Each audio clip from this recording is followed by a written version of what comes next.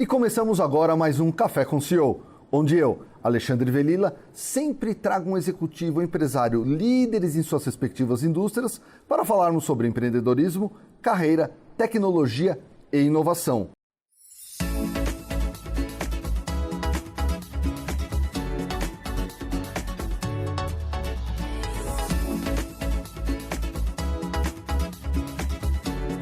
Café com CEO. Oferecimento.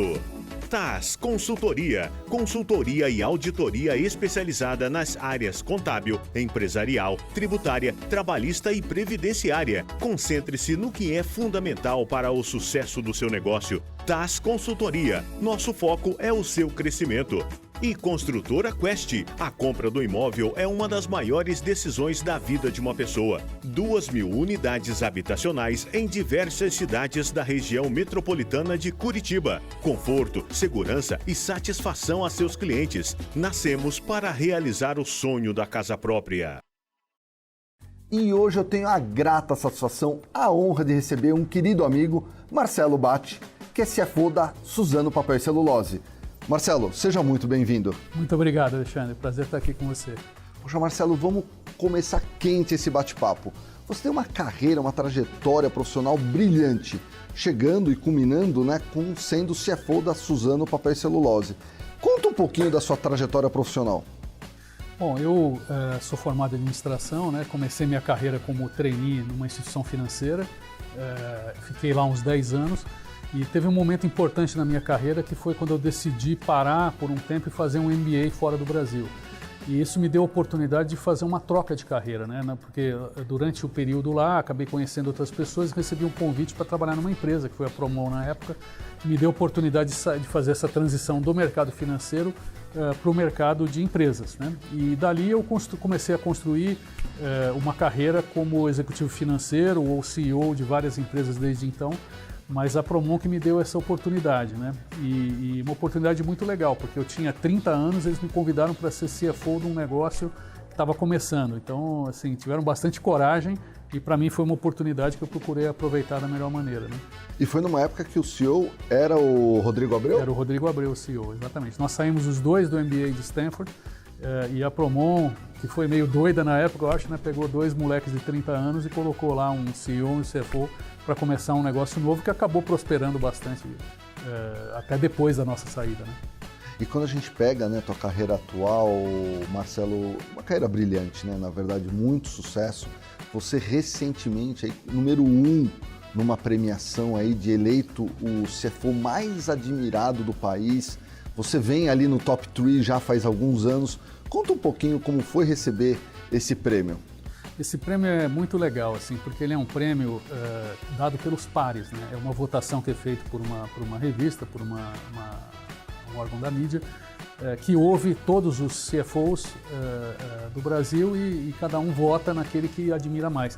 Então isso para mim tem um valor bem legal de ser reconhecido pelos pares, Então fiquei bem feliz aí com a premiação, principalmente ainda num ano difícil como esse, Então acho que é um prêmio legal para a equipe, Porque a gente é a face que aparece mais de uma equipe que faz um monte de coisa acontecer, Então é um prêmio no final do dia para a empresa, para a equipe, e você acaba sendo, vamos dizer, o representante desse negócio. Não, isso engaja muito, O pessoal fica muito animado. E é o que você falou, quando você tem esse prêmio, como um reconhecimento dos pares, ele tem um sabor e um gostinho diferente, E recentemente, não tão recentemente, você está fazendo parte do Conselho de Administração da BRF. Como que foi aí entrar nesse novo desafio? Eu sempre procuro buscar coisas novas que me desafiem, que me façam aprender coisas, E eu estava com isso na cabeça de começar a atuar como conselheiro também num setor diferente para trazer uma perspectiva nova, Tanto de setor quanto de atuação, Porque o executivo é uma coisa, o conselheiro é outra. E eu acabei recebendo esse convite por meio da Petros, A Petros que é um acionista importante lá da BRF, e eles fazem um processo seletivo bem organizado, bastante profissional, em que eles olham profissionais que trazem algum elemento que eles acham que é importante para o conselho das empresas em que eles são acionistas e convidam essas pessoas para fazerem parte. Então foi bem legal, faz 1 ano e meio que eu estou lá e tem sido um aprendizado muito grande, tanto entender a dinâmica do setor, quanto de saber medir como que atua um executivo e como que atua um conselheiro, que são coisas que não podem ser iguais, né? Exato. Marcelo, conta para o pessoal lá de casa que está nos assistindo, quem é o Marcelo, quem é a Suzano e qual o propósito que você tem na sua vida? Bom, eu sou um cara que gosta muito de aprender, gosto de ser analítico sobre as coisas, gosto de muito de ouvir os outros antes de tomar decisões e que se sente assim animado e energizado pelos desafios, né, pelas coisas novas. E isso é uma coisa que a Suzano me dá muito, né? Eu estou há 10 anos na Suzano, eu trabalhei 3 anos na holding do grupo e estou há 7 anos como CFO da Suzano. Mas se você comparar o meu dia a dia hoje com o que era há 7 anos, é completamente diferente. Então isso que me deixa energizado e animado, né? A Suzano hoje é fruto do trabalho aí que nós fizemos. A Suzano tem 97 anos de vida e se tornou a maior empresa do mundo de celulose de fibra curta. Então esse é um motivo de muito orgulho para todos nós ali que participamos desse negócio. E é uma empresa que, apesar de ter 97 anos, é muito viva, muito energética, assim, e está sempre pensando no novo. Então é muito gostoso trabalhar lá, cada dia é como se fosse uma empresa nova. E a Suzano hoje, você pode compartilhar um pouquinho de faturamento, quantas plantas ela tem, número de funcionários, para o pessoal lá de casa entender o tamanho que é a Suzano? Suzano fatura hoje 30 bilhões de reais, mais ou menos, por ano. São 11 plantas que produzem diferentes tipos de produto. O meu principal produto é a celulose, mas a gente também faz papel gráfico, faz papel de embalagem e papéis sanitários. São em 7 estados diferentes do Brasil. A gente opera 2,5 milhões de hectares de área, que acho que provavelmente a gente é o maior da agricultura no Brasil também, né, com as nossas florestas. E a gente vende esses produtos para 86 países diferentes. Então é uma empresa que foi se tornando muito grande ao longo do tempo, né? E começou lá em 1924 com um imigrante que veio da Ucrânia e que vendia papel aqui no Brasil, né? Então você vê como foi uma trajetória sensacional, né? Sim. E conta um pouquinho, como que é comandar essa potência de empresa? Como é que é a tua relação com o CEO? Como é que é tudo isso? Olha, eu trabalho há 7 anos com o Walter, né, que é o CEO. Ele chegou lá na empresa um pouquinho antes de mim. E a gente tem uma relação muito boa de respeito mútuo e de desafio mútuo, né? Ele ouve as coisas que eu falo, os questionamentos que eu tenho, respeita esses questionamentos e também me questiona bastante. Eu acho que isso é uma coisa que a empresa ganha muito com isso e nós ganhamos como profissional de ser o tempo todo desafiado e a pensar um pouco fora da caixa, diferente daquilo que é a nossa tendência natural, né? Então é uma coisa muito saudável essa relação. E é um dia a dia muito desafiador, né? Você tem muitos pratinhos para girar ao mesmo tempo, tem que ter muita agilidade e tem que contar com uma equipe de primeira, né? Porque do tamanho que é a empresa, não é possível você conseguir dominar toda a situação. Você precisa ter gente capaz e autônoma para fazer as coisas acontecerem e você funciona muito mais como um facilitador e um orquestrador e alguém que consegue selecionar as melhores pessoas para fazer aquilo acontecer. Pessoal, olha que bacana que o Marcelo trouxe aqui. Ter uma equipe capaz e autônoma. Então, é o quanto ele bota e coloca importância nesse processo da autonomia e da formação da equipe como um ente relevante para o sucesso das equipes dentro de uma organização. E Marcelo, a Suzano está reinventando o uso da celulose.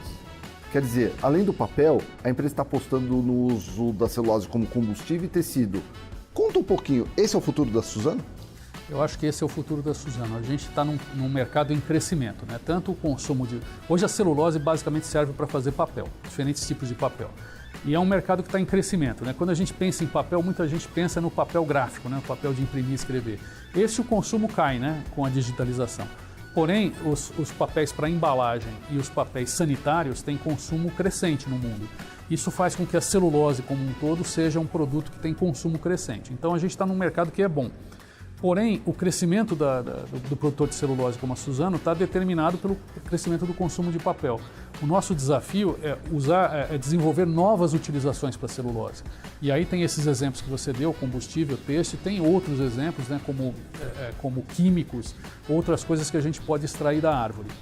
O grande diferencial competitivo da Suzano, e acho que do Brasil como produtor produtor florestal, é que a gente tem capacidade de produzir biomassa a partir da árvore num custo muito baixo, né? A Suzano hoje é o produtor de mais baixo custo do mundo, e numa escala gigante. Então esse produto, que pode ser usado para N outros fins, é muito especial para a Suzano e para o Brasil. E o nosso desafio é estender, aumentar o mercado endereçável desses produtos, né?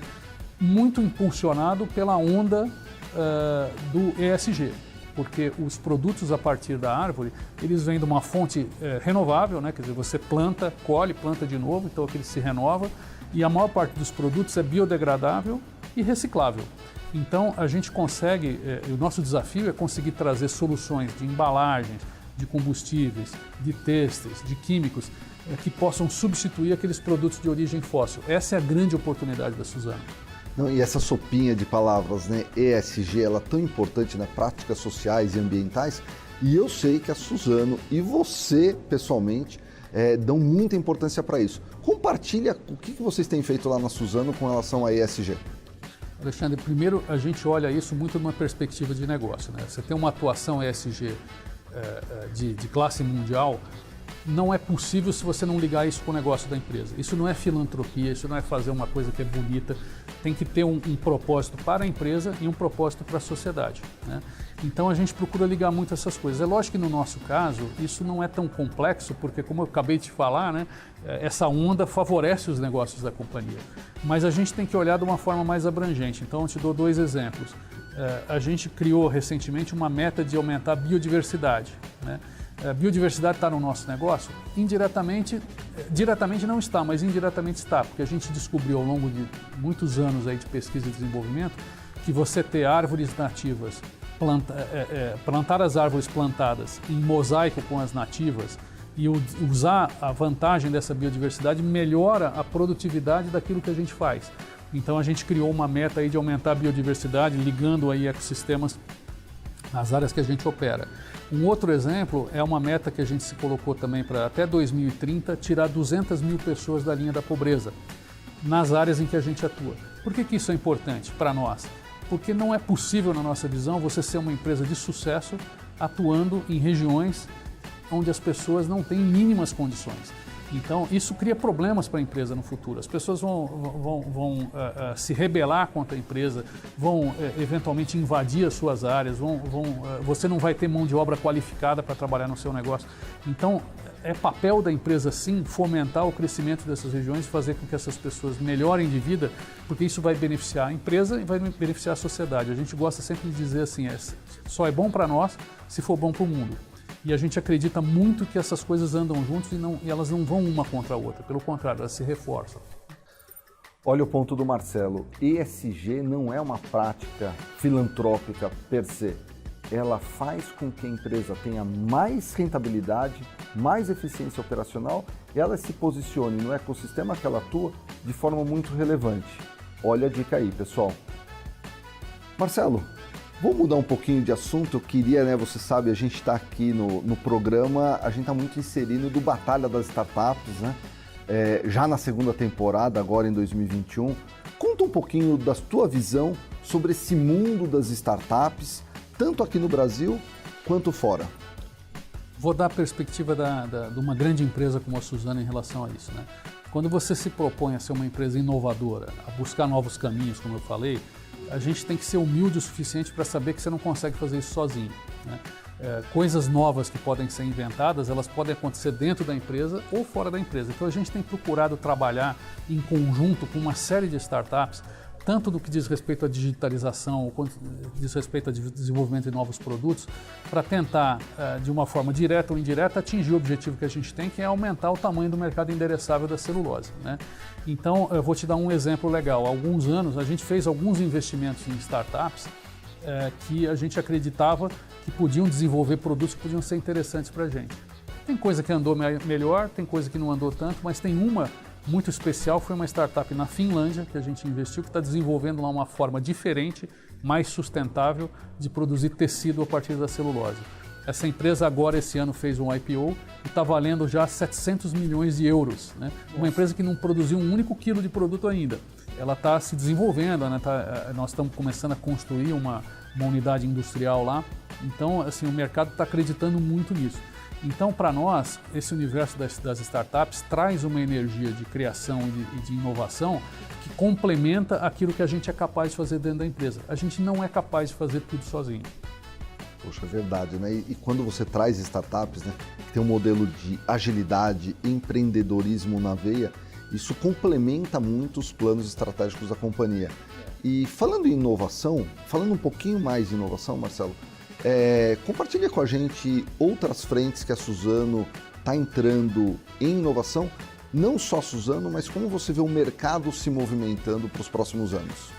Eu acho que tem um setor muito interessante que a Suzano e outras empresas também do mundo da celulose estão investindo, que é o desenvolvimento de embalagens. Né? Existe uma grande onda no mundo por substituir plásticos por algo que seja mais sustentável. E os produtos a partir da celulose são candidatos interessantes para isso. Para isso tem desafios importantes, né? A gente tem que conseguir prover para o mercado uma solução que tenha a mesma qualidade de proteção, por exemplo, que tem o plástico. Então, o desenvolvimento de embalagens com barreiras à gordura, com barreiras à umidade, que sejam feitas a partir do papel, tem um caminho muito grande pela frente, tem uma demanda potencial muito grande. Cabe a nós conseguir desenvolver as soluções que tragam essa qualidade que o mercado precisa num custo razoável para que a gente possa se colocar como uma das alternativas ao plástico. Esse é um desafio muito importante, muito interessante, que eu acho que vai trazer muito crescimento para a indústria e para o Brasil. Né? O Brasil hoje é protagonista na indústria da celulose e essa é uma grande oportunidade para nós. Marcelo, vamos falar um pouquinho de futuro? Conta pra gente quais são os planos de crescimento e expansão da Suzano para 2022 e 2023. A gente tem uma série de planos relacionados a esses novos produtos, né, que a gente chama de bionegócios, que é desenvolvimento de químicos, de têxteis, de embalagens, uma série de outras coisas, a partir daquelas características boas que a celulose tem do ponto de vista de sustentabilidade. Isso está mais a médio e longo prazo. Mais a curto prazo, nós estamos nos preparando para lançar a construção de uma nova fábrica de celulose, acreditando nesse crescimento do mercado no futuro. Né? Então a gente está agora próximo de levar para o nosso conselho de administração o projeto, a gente já falou publicamente dele, mas não tá formalmente aprovado ainda, da construção de uma fábrica que vai aumentar em 20% a nossa produção, será lá no Mato Grosso do Sul. É um investimento de mais ou menos uns 3 bilhões de dólares, é um investimento bastante expressivo, que vai gerar muito emprego. Para você ter uma ideia, para construir uma fábrica dessa, no pico da obra a gente terá umas 10 mil pessoas trabalhando na obra, né? Numa cidade que tem 25 mil habitantes. Você imagina qual é o tamanho do crescimento, do desenvolvimento que a gente vai levar para aquela região, né? Então a gente está super animado com isso, trabalhando duro aí nas negociações com os fornecedores, no projeto de engenharia, para que a gente possa estar pronto o quanto antes para submeter isso aí para o conselho e começar essa construção o quanto antes. Poxa, parabéns, e vamos estar aqui na torcida para que esse projeto seja aprovado e tenha aí sucesso. E Marcelo, eu tenho certeza que o pessoal lá de casa, com base no que você comentou, né, dessa expansão tão arrojada, eles com certeza estão ali querendo saber como que faz para trabalhar na Suzano. Qual que é o processo seletivo, o que eles poderiam fazer para ingressar nessa empresa de tanto sucesso? Alexandre, a gente tem várias portas de entrada, né? A Suzano hoje, como te falei, é a maior empresa do setor, num setor que está em crescimento. Então a gente tem um pipeline contínuo de necessidade de gente, né? Quer seja pessoas já prontas, né? que possam vir de outros setores e outras empresas, e a gente sempre abre essas vagas por meio das redes sociais, por meio do nosso site, que tem lá uma área para você se candidatar e colocar seu currículo. Como a gente tem as portas de entrada para o pessoal mais novo, né? A gente tem programa de estagiário, tem programa de trainee, tem programa que a gente chama de jovens executivos, onde a gente pega pessoas até 2, 3 anos de formado e traz para que a gente ajude a formar essas pessoas. E a gente tem recentemente colocado uma pegada de inclusão nesse negócio. a gente foi aprendendo ao longo dos anos que é muito mais importante do que a gente exigir que o cara seja formado numa faculdade de primeira ou que já tenha inglês fluente. Mais importante do que isso é a gente desenvolver o potencial, identificar quem tem potencial e essas coisas, esses gaps que eventualmente as pessoas tenham no lado mais formal da sua educação, a gente consegue tirar essa diferença ajudando essas pessoas depois. Mudando um pouco esse mindset, a gente tem conseguido ajudar a chegar mais perto de uma meta muito importante que a gente tem, que é de trazer mais diversidade para a empresa, trazer mais mulheres. O nosso setor ainda é um setor muito masculino, trazer mais a população negra. Então a gente tem uma meta de ter, por exemplo, nos próximos anos, na nossa liderança, 30% de mulheres, 30% de negros. E esses programas de porta de entrada são muito importantes para isso. Então eu encorajo todo mundo aí, de todos os grupos de diversidade, todos os grupos em geral, a se candidatarem para a Suzano, porque a gente tem muita oportunidade legal para vocês. Marcelo, conta um pouquinho para a gente de um grande aprendizado que você teve na sua vida que te impactou positivamente aí na tua trajetória. Alexandre, eu vou falar de um negócio que é meio diferente, assim, porque a gente sempre aprende muito a partir das coisas que a gente faz. Tive um exemplo na minha carreira de aprender sobre uma coisa que eu não fiz, que foi uma transação, na época que eu era CEO de uma outra empresa do grupo, e que a gente estava no momento do pré-sal, estava super animado, a empresa estava inserida nesse contexto aí na área de serviços ambientais para a indústria de óleo e gás, e tinha uma oportunidade de fazer um investimento num negócio muito interessante, que eu estava muito convencido que seria um bom negócio, e os conselheiros da empresa, os meus colegas ali acabaram me convencendo, tinham visões diferentes, acabaram me convencendo que aquilo tinha muito mais risco do que eu estava enxergando. E a contragosto para mim a gente não fez o investimento. E se tivesse feito, teria sido um péssimo investimento. Então acho que o aprendizado para mim foi assim, você às vezes está convencido do negócio, você se apaixona por um negócio, principalmente quando você está muito inserido lá dentro, e se você não der ouvidos para aqueles que estão mais removidos, que conseguem ter uma visão mais abrangente, que complementa a sua, você acaba sendo levado a decisões erradas. Então ouvir os outros é muito importante. Quanto mais gente se ouvir, quanto mais perspectivas você trouxer, mais rica será a decisão. E muitas vezes não fazer um negócio é muito melhor do que fazer um negócio. Olha que dica imperativa aqui que o Marcelo nos traz. A humildade como uma virtude importante na liderança. Ouvir as pessoas, você sempre vai estar muito apaixonado pelo negócio e muitos dos casos pode ser um mau negócio.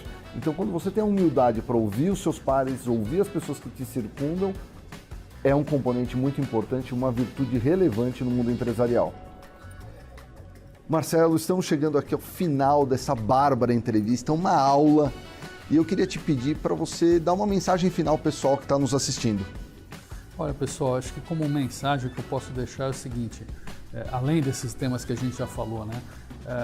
Buscar aprender o tempo todo, buscar olhar coisas novas, buscar entender no trabalho que você executa, da onde vêm as coisas, para onde vão as coisas, quais são as conexões, ter curiosidade e procurar ser melhor a cada dia. Isso é uma coisa que a gente fala muito dentro da companhia e eu acho que é muito importante. O desafio nosso é ser melhor a cada dia. A gente sendo melhor a cada dia, a gente constrói negócios cada vez melhores, cada vez mais robustos. Acho que essa é a principal dica aí que eu posso compartilhar do que eu aprendi até hoje. Excelente.